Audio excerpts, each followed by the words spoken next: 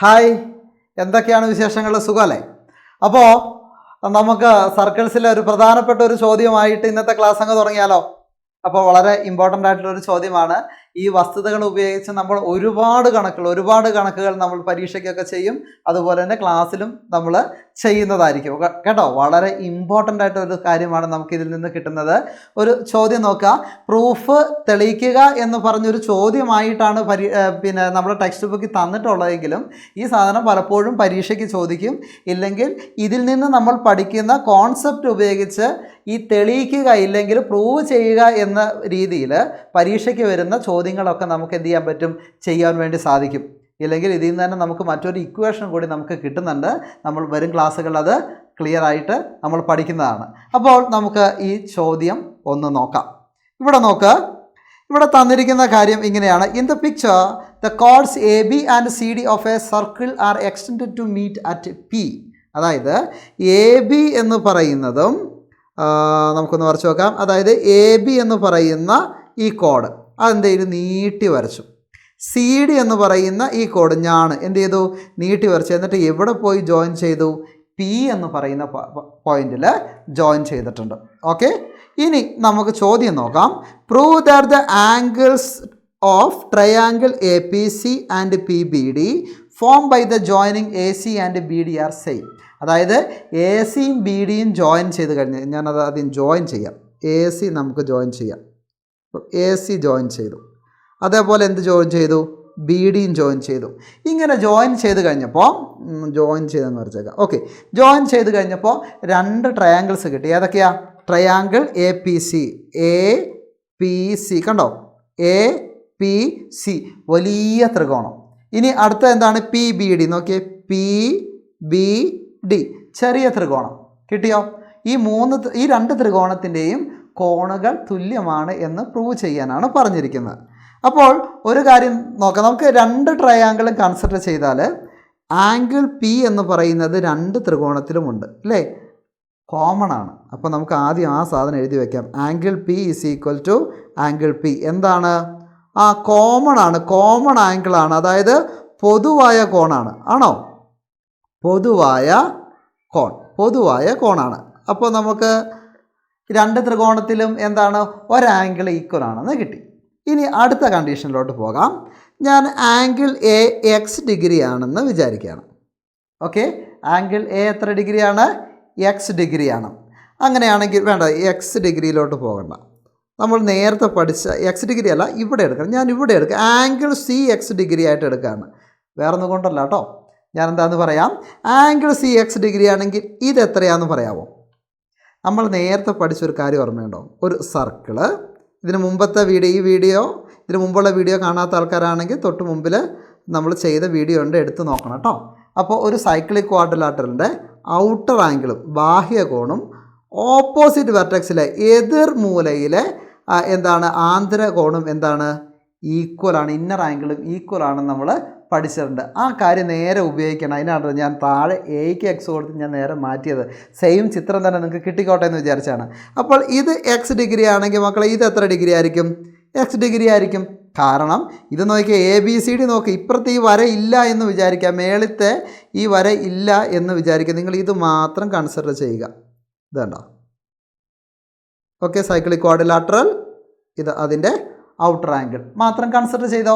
അപ്പോൾ അത് X degree ആണെങ്കിൽ ഇത് എത്ര ഡിഗ്രി ആയിരിക്കും? എക്സ് ഡിഗ്രി ആയിരിക്കുമെന്ന് നമുക്ക് കിട്ടി.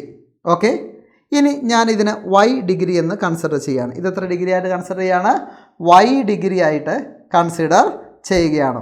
അങ്ങനെയാണെങ്കിൽ നേരെ തിരിച്ച് ഈ ആംഗിളും എത്രയായിരിക്കും? വൈ ഡിഗ്രി ആയിരിക്കും. ഇല്ലെങ്കിൽ സൈക്ലിക് ക്വാഡ്രിലാറ്ററൽ അല്ലെങ്കിൽ ചക്രീയ ചതുർഭുജത്തിൻ്റെ കാര്യം നിങ്ങൾക്ക് ഉപയോഗിക്കാം. കാരണം ഇത് വൈ ആണെങ്കിൽ ഇത് എത്രയായിരിക്കും? 180 മൈനസ് വൈ ഡിഗ്രി ആയിരിക്കും. അപ്പം ഇത് 180 മൈനസ് വൈ ആണെങ്കിൽ ഈ ആംഗിൾ എത്രയായിരിക്കും? വൈ ഡിഗ്രി ആയിരിക്കും. സെയിം കോൺസെപ്റ്റ് തന്നെയാണ് രണ്ട് രീതിയിൽ ഉപയോഗിച്ചത് കേട്ടോ. രണ്ട് രീതിയിൽ വേണമെങ്കിൽ നിങ്ങൾക്ക് സ്കൂളിൽ നിന്നൊക്കെ ചിലപ്പോൾ ടീച്ചേഴ്സ് പറയുമ്പോഴും ഞാൻ പറയും തമ്മിൽ കൺഫ്യൂഷൻ ഉണ്ടാകാതിരിക്കാനാണ് ഞാൻ രണ്ട് രീതിയിലും പറഞ്ഞത്. ഓക്കെ, അതും വൈ ഡിഗ്രി ആയിരിക്കും. നോക്കിക്കേ, നമുക്ക് രണ്ട് ത്രികോണങ്ങളെ ഒന്ന് കൺസിഡർ ചെയ്ത് കഴിഞ്ഞാലോ. ട്രയാങ്കിൾ, ഞാൻ ആദ്യത്തെ ട്രയാങ്കിൾ എടുക്കുക. ആദ്യത്തെ ട്രയാങ്കിൾ ഏതാ? A P C. Triangle A P C എടുക്കുകയാണെങ്കിൽ ഏതൊക്കെ അതിൻ്റെ ആംഗിളുകൾ? ആംഗിൾ എ എത്രയാണ്? Angle A is equal to Y ആണോ? ആംഗിൾ സി എത്രയാണ്? ആംഗിൾ സി എത്രയാണ്? Angle C is equal to X degree ആണോ? ആണല്ലോ. ഓക്കെ, ഇനി ഞാൻ എന്ത് ചെയ്യുന്നില്ല, ആംഗിൾ പി എഴുതുന്നില്ല, കാരണം ആംഗിൾ പി എന്താണ്, ഈക്വൽ ആണ്, നമ്മൾ ഓൾറെഡി എഴുതി വെച്ചിട്ടുണ്ട്. ഇനി അടുത്ത ട്രയാങ്കിൾ എടുക്കുകയാണേ. അടുത്ത ട്രയാങ്കിൾ ഏതാണ്? ട്രയാങ്കിൾ പി ബി ഡി എന്ന് പറയും. നിങ്ങൾ താഴെ എഴുതണം കേട്ടോ, ഞാൻ ആ സ്ക്രീനിൽ കൊള്ളിക്കാൻ വേണ്ടിയിട്ടില്ല, ബോർഡിൽ കൊള്ളിക്കാൻ വേണ്ടി അങ്ങനെ എഴുതിയത്. In triangle P B D, അതായത് ത്രികോണം പി ബി ഡി നമ്മൾ പരിഗണിച്ച് കഴിഞ്ഞാൽ, പി ബി ഡി എടുത്തു കഴിഞ്ഞാൽ അതിനകത്ത് ആംഗിൾ ഡി എത്രയാണ്? Angle D is equal to Y ഡിഗ്രിയാണ്. ആംഗിൾ ബി എത്രയാണ്? ആംഗിൾ ബി എത്ര ഡിഗ്രിയാണ്? എക്സ് ഡിഗ്രിയാണ്. ആംഗിൾ പി എന്താണ്? കോമൺ ആണ്. ആണോ? ഓക്കെ, നോക്കിക്കേ, രണ്ട് ത്രികോണത്തിലെയും കോണുകളെല്ലാം തുല്യമല്ലേ? അല്ലേ? രണ്ട് ത്രികോണങ്ങൾ കൺസിഡർ ചെയ്യുമ്പോൾ അതിൻ്റെ കോണുകൾ പി ഈക്വലാണ്, പിന്നെ ഒരെണ്ണം എക്സും ഒന്നും എന്താണ്? വൈയുമാണ്. അങ്ങനെയെങ്കിൽ ഇതിൻ്റെ ആൻസർ നമുക്ക് എന്തെഴുതാം?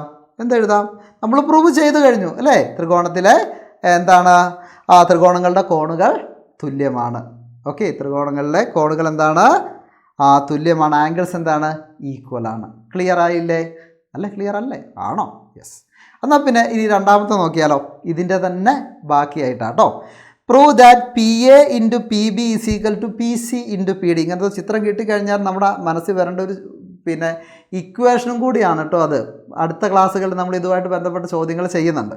അപ്പോൾ P A into P B is equal to P C into P D എന്ന് തെളിയിക്കണം. നോക്കാം, നമുക്ക് ഇതിന് വേണ്ടിയിട്ട് നമ്മൾ 9ാം ക്ലാസ്സിൽ പഠിച്ച സദൃശ്യ ത്രികോണങ്ങൾ ഇല്ലെങ്കിൽ സിമിലർ ട്രയാങ്കിൾസ് എന്ന് പറയുന്ന പാഠം ഒന്ന് നോക്കാം.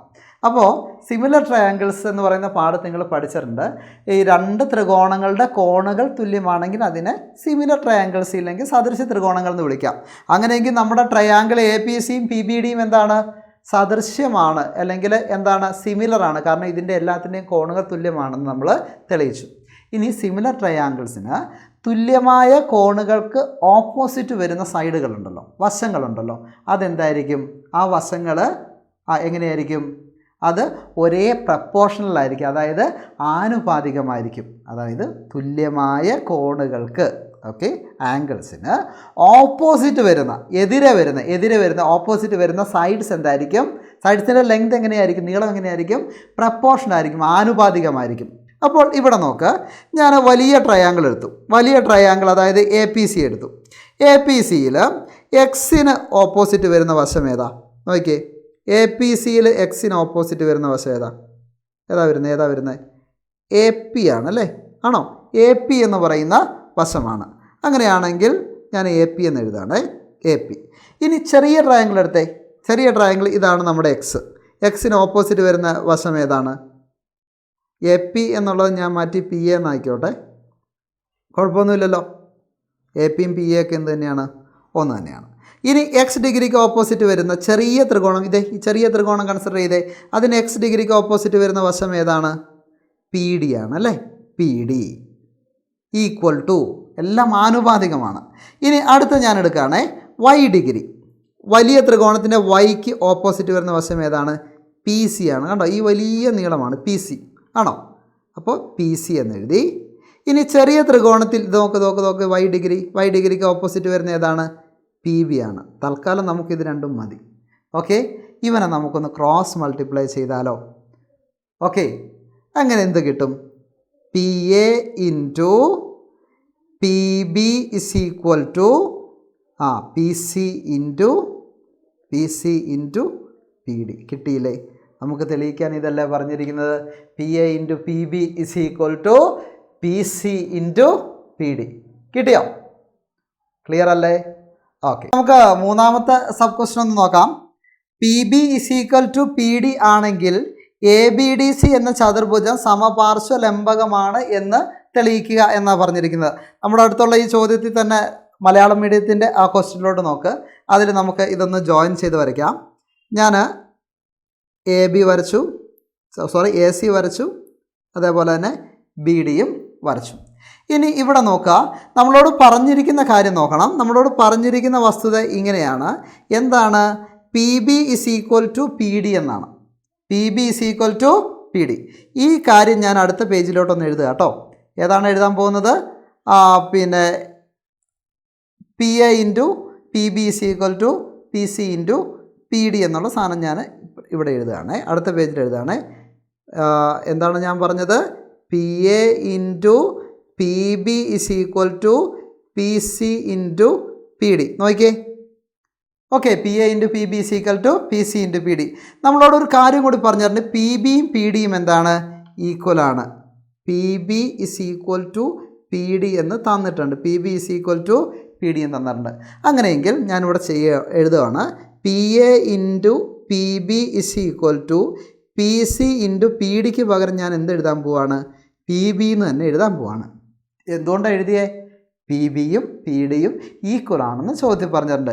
ഇനി രണ്ട് സ്ഥലത്തും ഒരേപോലെ ആൾക്കാരില്ലേ, ഇവന്മാർ രണ്ടുപേരെ നമുക്ക് എന്ത് ചെയ്യാം? ജസ്റ്റ് വെട്ടിക്കളയാം. നമുക്ക് എന്ത് ചെയ്യാം? അങ്ങ് വെട്ടിക്കളയാം. ഈക്വൽ അല്ലേ, അവനെ വെട്ടിക്കളഞ്ഞു. പിന്നെ നമുക്ക് എന്ത് കിട്ടി? P A is equal to P C എന്ന് കിട്ടി.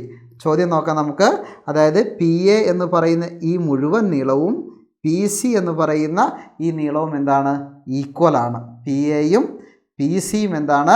ഈക്വലാണ്. അപ്പം നമുക്ക് ഇങ്ങനെ കിട്ടി. എന്ത് കിട്ടി? P A is equal to P C. ഇനി നോക്കി മക്കളെ, ഓൾറെഡി എന്ത് പറഞ്ഞിട്ടുണ്ട്? പി ബിയും പി ഡിയും ഈക്വലാണെന്ന് പറഞ്ഞിട്ടുണ്ട്. പി എയും പി സിയും ഈക്വലാണെന്ന് നമ്മൾ കണ്ടുപിടിച്ചു. അതിനകത്ത് പി ഡിയും പി ബിയും എന്താണ്? ഈക്വലാണ്. അങ്ങനെയാണെങ്കിൽ എന്താണ്? സി ഡിയും എ ബിയും എന്തായിരിക്കും? ഈക്വൽ ആയിരിക്കും. Therefore A B is equal to C D. A ബിയും സി ഡിയും എന്താണ്? ഈക്വലാണ് അല്ലേ? ഈ വശങ്ങൾ അതായത് ഈ വശവും എന്താണ്? ഈക്വലാണ്. ഓക്കെ, ഇവിടെ നോക്കിക്കേ. ഈ രണ്ട് വശങ്ങൾ തുല്യമല്ലേ? രണ്ട് വശങ്ങൾ എന്താണ്? തുല്യമാണ്. അങ്ങനെ ഇതൊരു സൈക്ലിക് ക്വാഡ്രിലാറ്ററൽ ആണല്ലോ. ഓക്കെ, അങ്ങനെയെങ്കിൽ ഇതെന്തായിരിക്കും? ഇതൊരു ഐസോസെലസ് ട്രപ്പേസിയം ആയിരിക്കും. രണ്ട് വശങ്ങൾ തുല്യമാണ്. രണ്ട് വശങ്ങൾ തുല്യമാണെങ്കിൽ എന്താണ്? ഇത് സമപാർശ്വ ലംബകം ആണ്. ഇനി എങ്ങനെ ഒറ്റയടിക്ക് കിട്ടിയേ? നമ്മൾ ഇതിന് മുന്നത്തെ കണക്കുകൾ ചെയ്തിട്ടുണ്ടായിരുന്നു.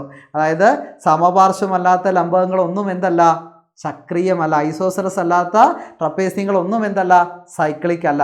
അങ്ങനെയെങ്കിൽ നമുക്ക് കൂടുതലൊന്നും ആലോചിക്കാതെ തന്നെ പെട്ടെന്ന് തന്നെ നമുക്ക് പറയാൻ പറ്റും. എന്താണ്?